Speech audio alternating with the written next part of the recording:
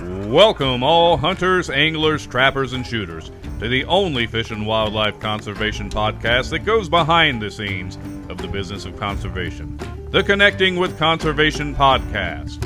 Our podcast is hosted by John Gassett from the Wildlife Management Institute and Jim Cucaruto of the Outdoor Stewards of Conservation Foundation. John and Jim will talk with experts from all sectors of the conservation arena about their passion for conserving the great outdoors. So please welcome our hosts of the Connecting with Conservation podcast, John and Jim. Welcome to Connecting with Conservation, the only podcast that delves into the business of fish and wildlife management in our country. I'm John Gassett with Wildlife Management Institute and the co-host of Connecting with Conservation. I'm here with my fellow co-host, Jim Cucaruto from Outdoor Stewards of Conservation. How you doing today, Jim? Doing great. We're rolling with these episodes here. Connecting with Conservation's probably taking up more time than we originally anticipated because it's working. That's good, right? So we definitely want to thank all our listeners for tuning in and all the feedback that we're getting, that you're learning something. I'm learning something every episode, and I'm sure we're going to learn something today, because today we've got on a guest from, probably pretty sure, the biggest private or non-public, American-made, American-owned ammunition company, Hornady Ammunition. And our guest, Seth Swerczek, is going to fill us a little bit in on what's going on at Hornady. But hey, Seth, why don't you first tell us a little bit about yourself? Yeah, hey, thanks for having me, guys. I sure appreciate it. And yeah, happy to represent Hornady on your show.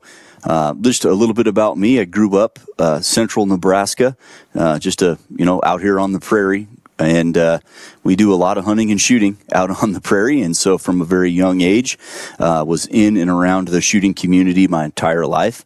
Grew up a reloader, thanks to Dad. Grew up a hunter as well. And yeah, just took that passion and that hobby and turned it into a career. So yeah, grew up, hunted all through high school, hunted in through college, did the military thing for a little bit, and then when it came time to get a real job, I had pretty well decided that I want to be in the shooting and hunting space because it's consumed so much of my life leading up to that point that it just made sense to find something.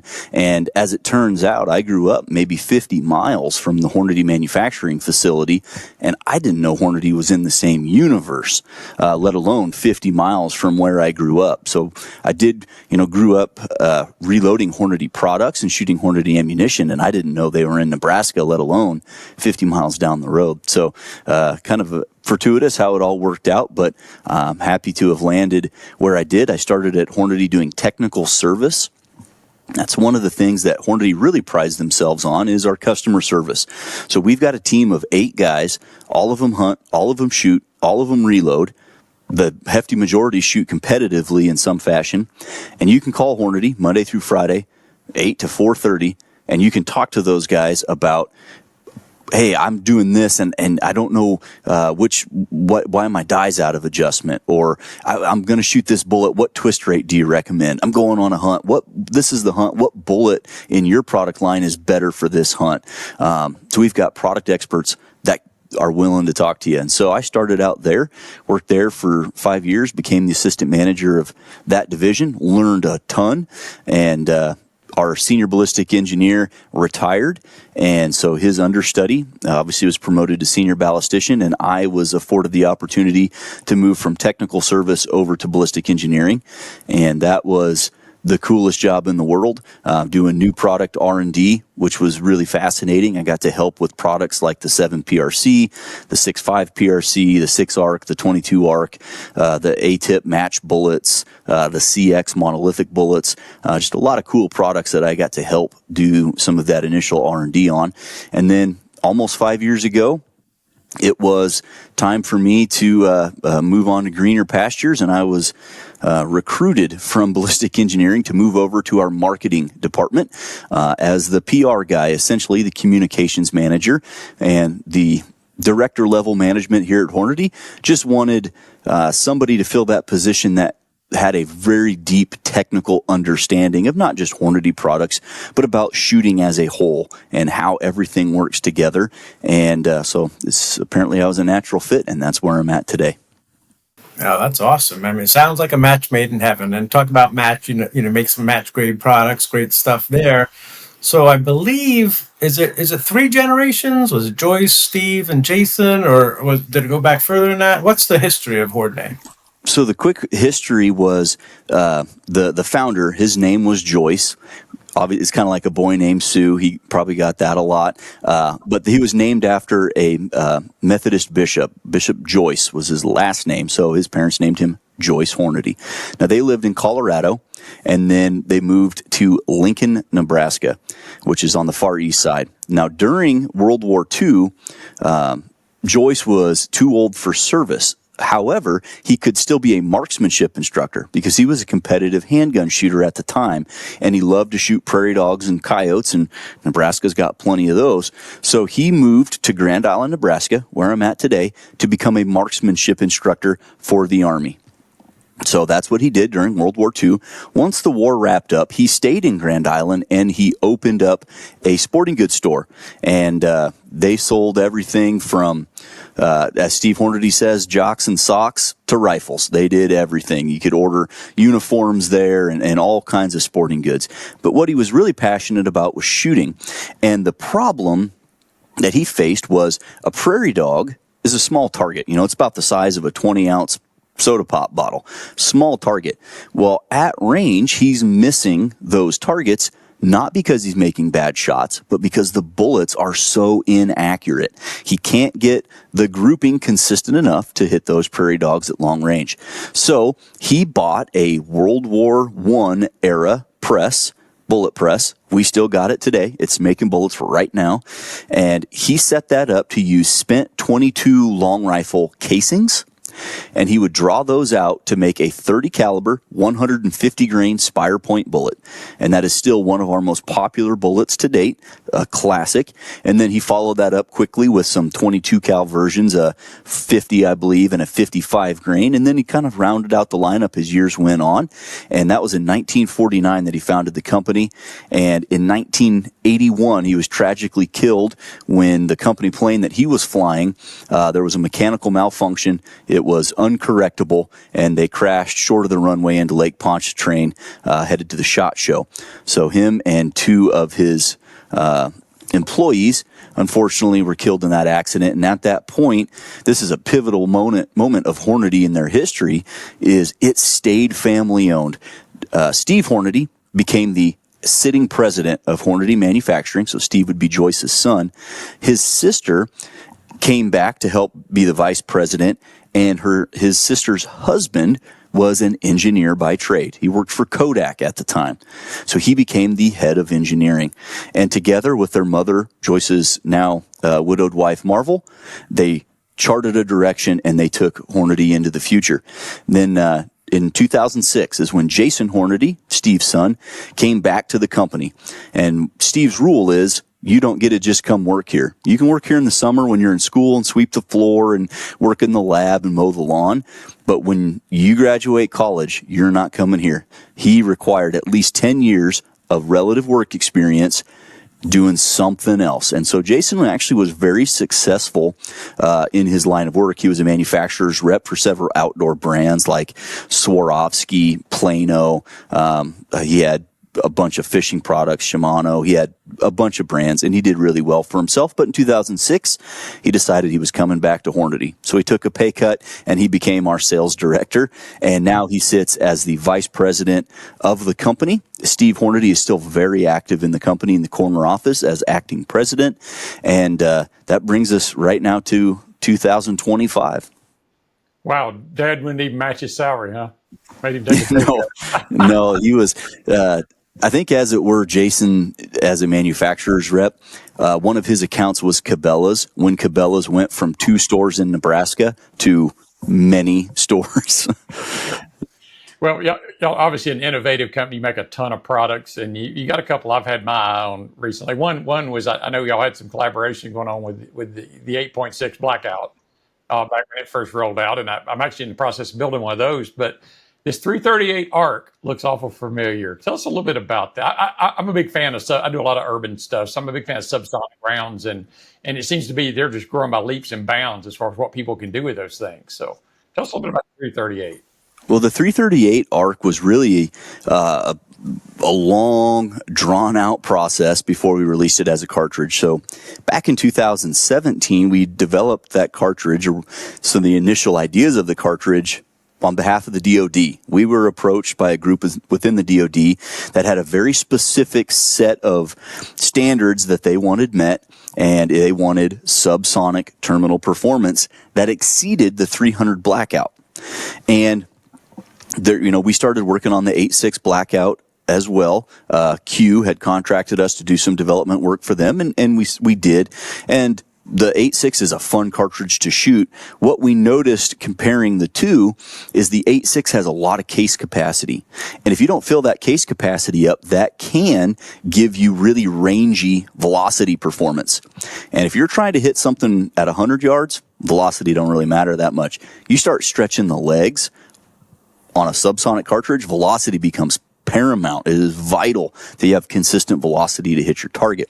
So we did some work with the 8.6 blackout, and we moved on from that. And we honestly moved on from the 338 ARC, really. And it wasn't until the DoD circled back, and you know how the Department of Defense works. People get promoted, different orders, people change hands. And so the project just lost velocity. Well, it circled back, and they had a new set of requirements, a lot of which we had already met. And so we continued development on what would become the 338 ARC. And the key to making that work is the small cartridge case, because that ensures we get very consistent ignition, consistent pressure, and that yields consistent muzzle velocity. The other thing is the terminal performance side of it. We have a sub-X bullet, which is a cup and core lead bullet that is purpose-built to expand to at least 1.5 times caliber diameter at velocities as low as 750 or 800 feet per second impact speed, which correlates to hundreds of yards downrange. Now, you would never hunt with a subsonic cartridge hundreds of yards away, but that bullet, when you're shooting it inside of 200, 250 yards, where those subsonic cartridges live, it absolutely gives you this beautiful mushroom, this big expansion, consistent velocity, no big velocity swings, no big pressure swings. It's just a lot of fun. There's no powder in the cartridge, maybe 9 or 10 grains of powder. So suppressed, it's just quiet. It's an awesome shooting experience, and it's a lot of fun.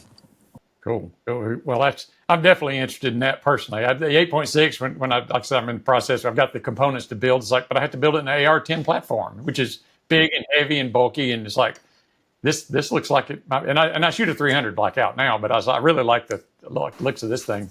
Yeah. Well, if you've ever shot pigs or deer with the 300 blackout, that 338 is just dialed up to 11. Gotcha. Perfect. Sounds like a winner. I like the Spinal Tap reference, but threw me off track here on my next question. But so going back to connecting with conservation, we always like to thank our manufacturers, and as the biggest private, family owned, it's a big check you guys write every quarter, on to that excise tax to help support those state wildlife agencies that are doing all that work. So we definitely want to thank you for that. But going back to what you and John were just talking about, like a caliber, I already forgot what it was because I'm an old school guy. I have a lot of guns, but they're all 12 gauge or 9mm or 30-30. So all these new calibers I don't really know much about, but it strikes me as new calibers means new money for conservation, because John's now going to go buy a gun that pays excise tax on that. He's going to go buy some more bullets on that caliber. So it's great that you keep coming out with these new items here. And I know Steve and Jason have a long history, sounds like the whole company, in hunting. So we definitely appreciate you guys writing those excise checks every quarter. And, on top of that, I saw you had a list of conservation partners that you work with as well, like Dallas Safari Club and Ducks Unlimited and all sorts of companies like that. So talk a little bit about, working with your partners in conservation there. Well, yeah, it's a big effort, and there's a lot of lifting that goes on. And Hornady started as, an innovative company because Joyce needed bullets that were more accurate. So how can I innovate something? And so the innovation from Hornady will never stop. That's what we do, is new bullets, new cartridges, new designs. And yeah, that does produce new customers that are buying new products, and a rising tide raises all ships in that regard. As far as the partners that we work with, though, that is non-negotiable, and that goes back long before any of us were around. When I've heard many stories about Marvel Hornady, where she required, and it was not required, but if you talk to Marvel, you were going to do it. That you donated to things like the United Way, all of her employees, and we still have nearly 100% participation for our local United Way for our employees.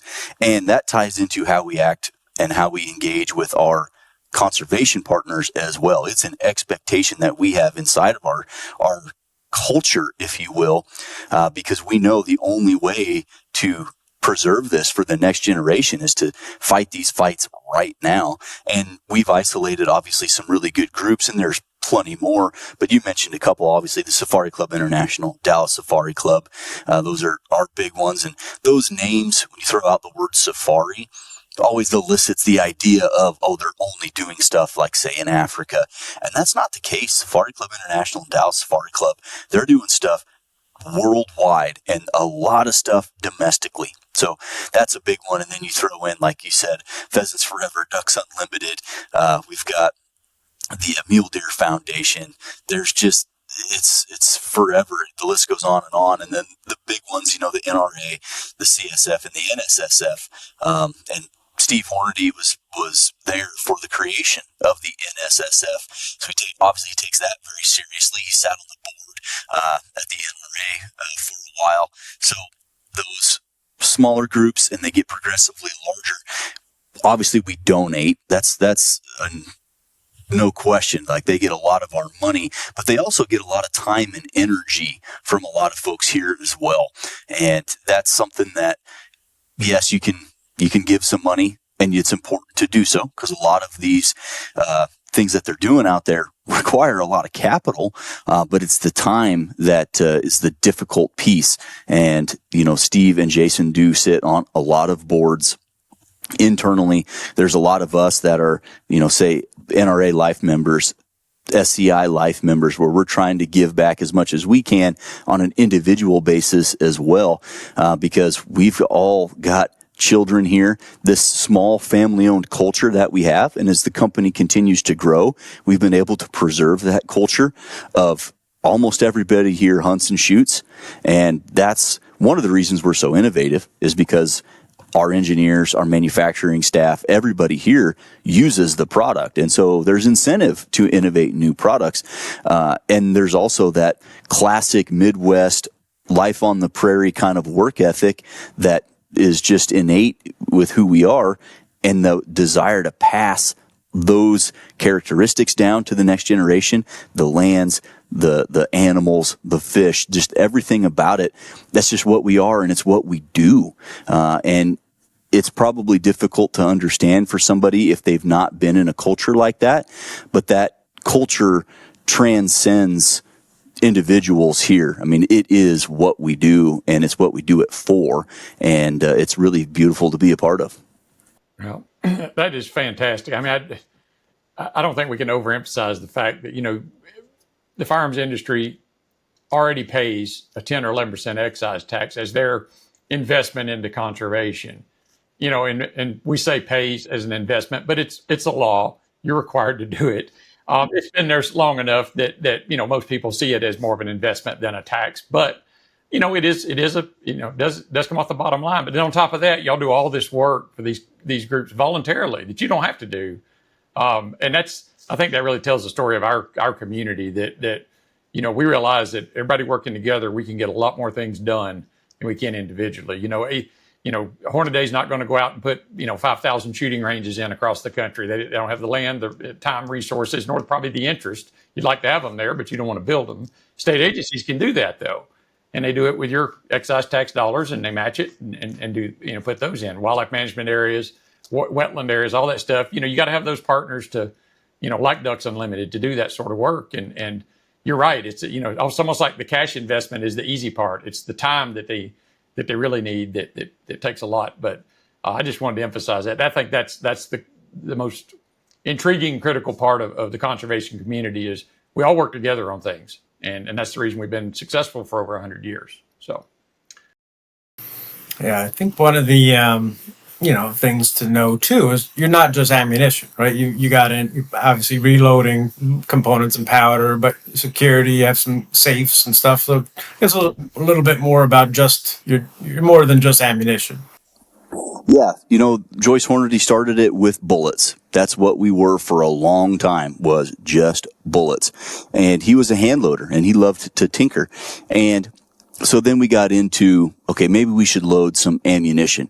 You had post-Korean War, pre-Vietnam, so you had some mil surplus cartridge cases that were available, usually, off the 30-06 or off the 308. So you could neck that up and down to 243 and 25-06, et cetera, et cetera.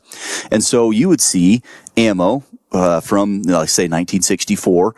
Frontier was the brand, and it had all kinds of different head stamps on the brass because we were buying that mil surplus brass.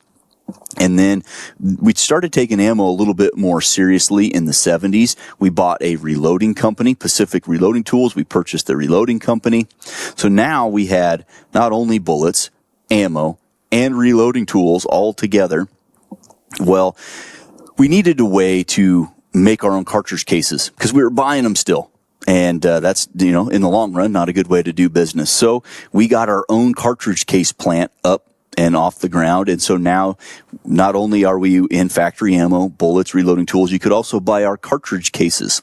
So that was how it was for a really long time. And then in 2015, Jason and Steve and some other of the executive level type management decided that getting into a security line of products was something that they wanted to do because it was one of those things that's an inarguable product, right? You can't argue against somebody securely and safely storing a firearm. And so the security line was a way to get into that. And we thought with our engineering prowess that we could bring some really innovative products to the market, like the Rapid line, which uses an RFID chip to open and activate the safe. And so, present day, we've got our premium line of bullets that we started with, the ammunition, which we think is the best in the industry, and there's many folks that would agree. We've got our reloading tools that's continuing to grow. We've got a brand new general manager, and he's got some changes he's about to make and some new products on the horizon that's really going to open the doors to more reloaders. And then you have our security line of products as well that's also continuing to evolve. So Hornady's really got something for everybody. And it's really cool, like you've mentioned a couple times, Jim, that we're not just American owned, because that's getting smaller and smaller in our space as well, but we're also family owned. And I didn't know as a punk kid coming into a real job that would mean something. And then now, almost 14 or 13 years removed, whatever it is, and that I've been in that culture and I've seen how it is elsewhere. It's a difference, and it's cool to be a part of. I want to bring up something that maybe is not quite as, serious. It always cracked me up, and I'll preface this, but when I was with NSSF, I used to go out and do training and go to conferences for research, and literally I was the only gun guy, at these conferences with people from Google and Apple and Microsoft, and it was quick conversations. Introduce yourself, who are you, where you're from, and it could be like turn around and walk away or tell me more. It was one of those two reactions. So I remember meeting this lady that was a vice president of marketing for Paramount, the movie company.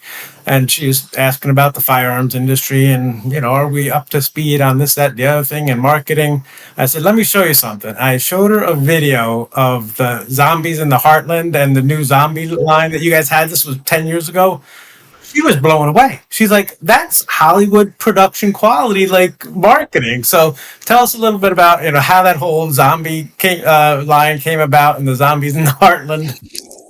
Well, it was a point of contention for a long time, and this product line launched right before I started at Hornady. But as the story goes, Steve Hornady, president of the company, big zombie fan. You know, there's the movies, the TV shows, The Walking Dead, big zombies fan, right? And three gun, he enjoyed doing three gun. He doesn't do it quite so much anymore. I haven't seen him shoot a match in a couple of years, but he enjoyed shooting three gun. And the thought of ammo, having a zombie line of ammo, was Steve's idea. And everybody else was like, how do you tell the president that this is not a good idea? So his son, Jason, who's the vice president, had a product that he was really passionate about. There was a new product, going to be a new launch, and he couldn't get his dad over top dead center on this one. And I forget what product that was, but it was a legitimate product. I want to say something, I don't know, Lev Revolution or 6.5 Creedmoor, or it could have been something. It could have been 6.5 Creedmoor. Long story short, Steve conceded to, okay, you want to do that product? Great. But we're going to do the zombie line of ammunition if you're going to do that one. And so, yeah, I think it was 6.5 Creedmoor. So that was, okay, well, we really want this product, and I'm pretty sure it's the Creedmoor. So just to make the old man happy, we'll do this zombie line of ammo.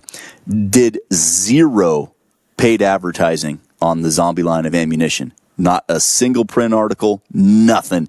And we still have people calling about it today that still, I'll get stopped at the airport. Oh, I got some of those, those Z-Max bullets or the Z-Max ammo, and I've still got it in my safe.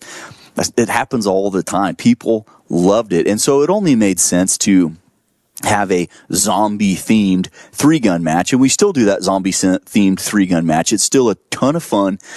Three-gun can be a little bit intimidating, so we keep this match fun. We keep it at a level that you could show up. If you got a pistol, an AR, and a shotgun, come on out, and you've got all the tools you need to do it. You don't need to have all the fancy race gear, but it's still challenging. We get Jerry Michalik out here and some really high-level competitors, but that's how the zombie line went, and it kept running until, I want to say, there was a huge market jump where there was just a no supply, all the demand in the world, and it didn't make sense to continue to run a promotional priced or a promotional, because they were made like, oh, we're making this product, oh, let's just put in the green tips and just run it out. And so it was extra work to do it because you had to change the tip color. So for that reason, it was discontinued. So interesting that it was evolved out of a private company, a publicly traded company probably wouldn't have worked quite that way. Probably not. No, I don't foresee it going over quite so well with them. But it was a gamble. I do think it's fascinating that the other line was the 6.5 Creedmoor, because it's like, wow, that's that one kind of took off a little. So. Yeah, that one took a little longer. I think the Z-Max zombie ammo hit the ground running. It sold orders of magnitude more than what they expected right out of the gate. The Creedmoor was a slow burn. It wasn't until a few years later that really took off for us. Cool. All right. Well, I appreciate you coming on and going through a lot of different topics there: the history, the zombies, the lead ammo, definitely thank you again for supporting conservation in a variety of ways, whether it's through those payments or helping companies like Outdoor Stewards. I know you made a video for us on a fundraiser you whipped up for us one day, so we definitely appreciate all that. And coming in on your day off, definitely appreciate that too. Means you're a dedicated guy. And I'll let John maybe. Actually, you know what? Why don't you tell Seth where we can find more information? Website, social media tags, all that absolutely. Sort of stuff. Yep. So Hornady.com, that's the easy button. Take you right there to our website. Social media, Hornady MFG. It's a big one, with all the shadow banning going on. If you don't type MFG after Hornady, you usually won't find us. But Instagram, X, Facebook, we've got an awesome YouTube channel, a lot of education on our YouTube channel, some entertainment. And then also check out the Hornady podcast, which is available any platform that hosts a podcast, but it's also available on YouTube. We film it like you guys. And so those are some great platforms to get engaged with us and see what we got going on. Yeah, super educational. A lot of great guests and a lot of great topics. Reloading and cleaning guns. I don't watch those cleaning guns ones, but really good stuff. So, well, Seth, thanks again for coming on, and thanks for all that y'all do at Hornady for supporting conservation in this country. We can't say that enough. It's a tremendous asset. We couldn't do what we do without you. And thanks for being a U.S.-made company. We're seeing fewer and fewer of those every day, it seems like. So keep doing what you're doing. Appreciate you working with all the conservation partners out there. I know they certainly appreciate it as well. And once again, that's the third leg of the stool for us, is making sure that those people get the work done that they need to get done. So, and for our listeners, don't forget that our manufacturers contribute $1 billion a year annually to conservation. So check their websites out, check their products out. They got some great stuff. Patronize their businesses, keep supporting conservation. If you like this podcast, subscribe to us. That'll help. You'll get notices on when our new ones drop. And other than that, I'll see you in the woods or on the water. Thanks for listening. Thanks for listening to this episode of the Connecting with Conservation podcast. Please do us a favor and tell your buddies, friends, family, and others about what you've learned here today. If you like what you heard, come on back anytime and listen to another episode of the Connecting with Conservation podcast.